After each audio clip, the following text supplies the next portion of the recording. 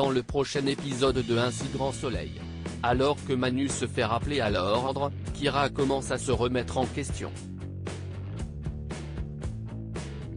Attention, les paragraphes qui suivent contiennent des spoilers sur l'épisode d'Un si grand soleil diffusé demain soir sur France 2. Si vous ne voulez rien savoir, ne lisez pas ce qui suit. Lundi 16 janvier 2023 dans Un si grand soleil.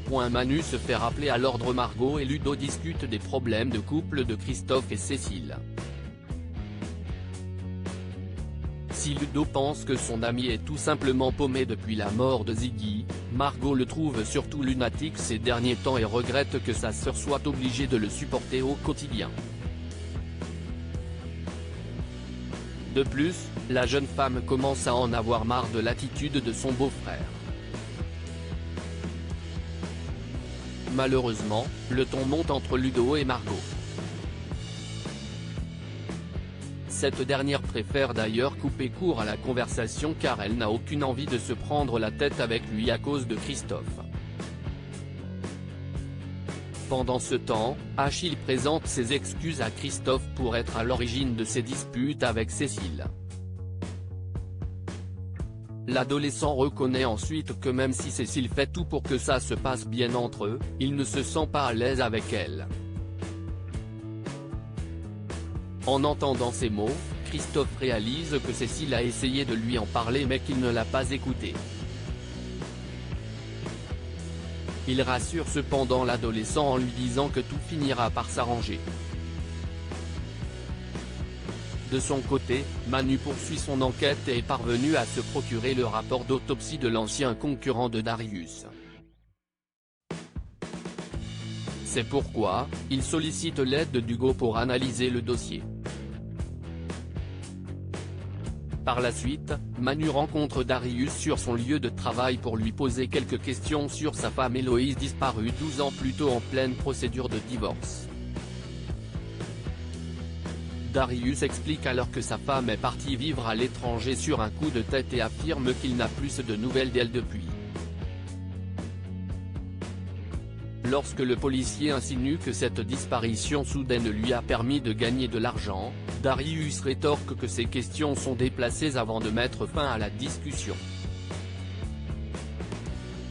Non loin de là, le juge Laplace rencontre le commissaire Becker et l'informe que Manu a interrogé Darius sur son lieu de travail. D'ailleurs, ce dernier menace de saisir la justice pour harcèlement et abus de pouvoir.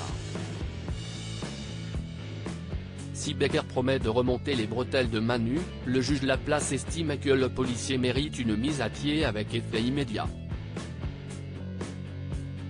Comme Becker pense que cette mesure est exagérée, le juge lui rappelle qu'il n'a pas respecté la procédure et souhaite qu'il soit sanctionné.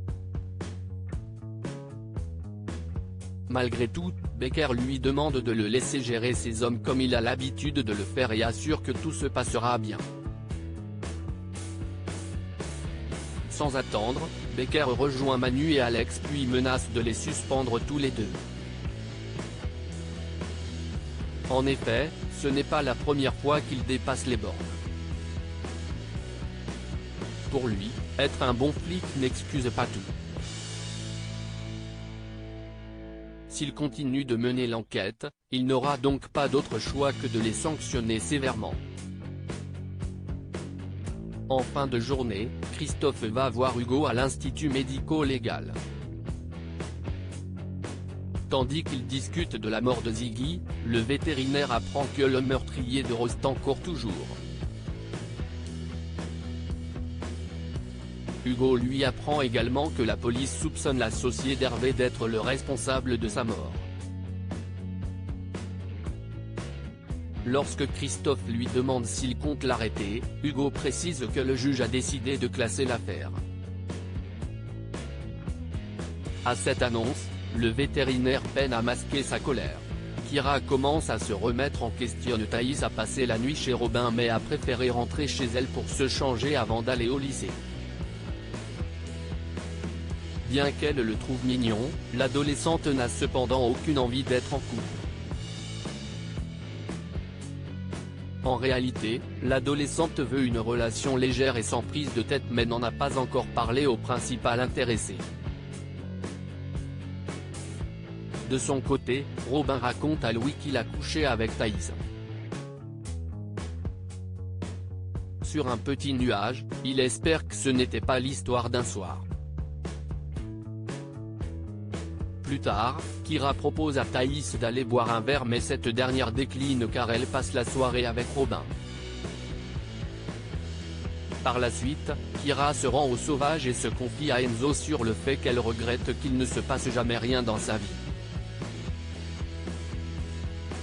Après lui avoir signalé que s'il ne se passait rien avec Louis, c'était de sa faute, Enzo lui conseille de lui parler.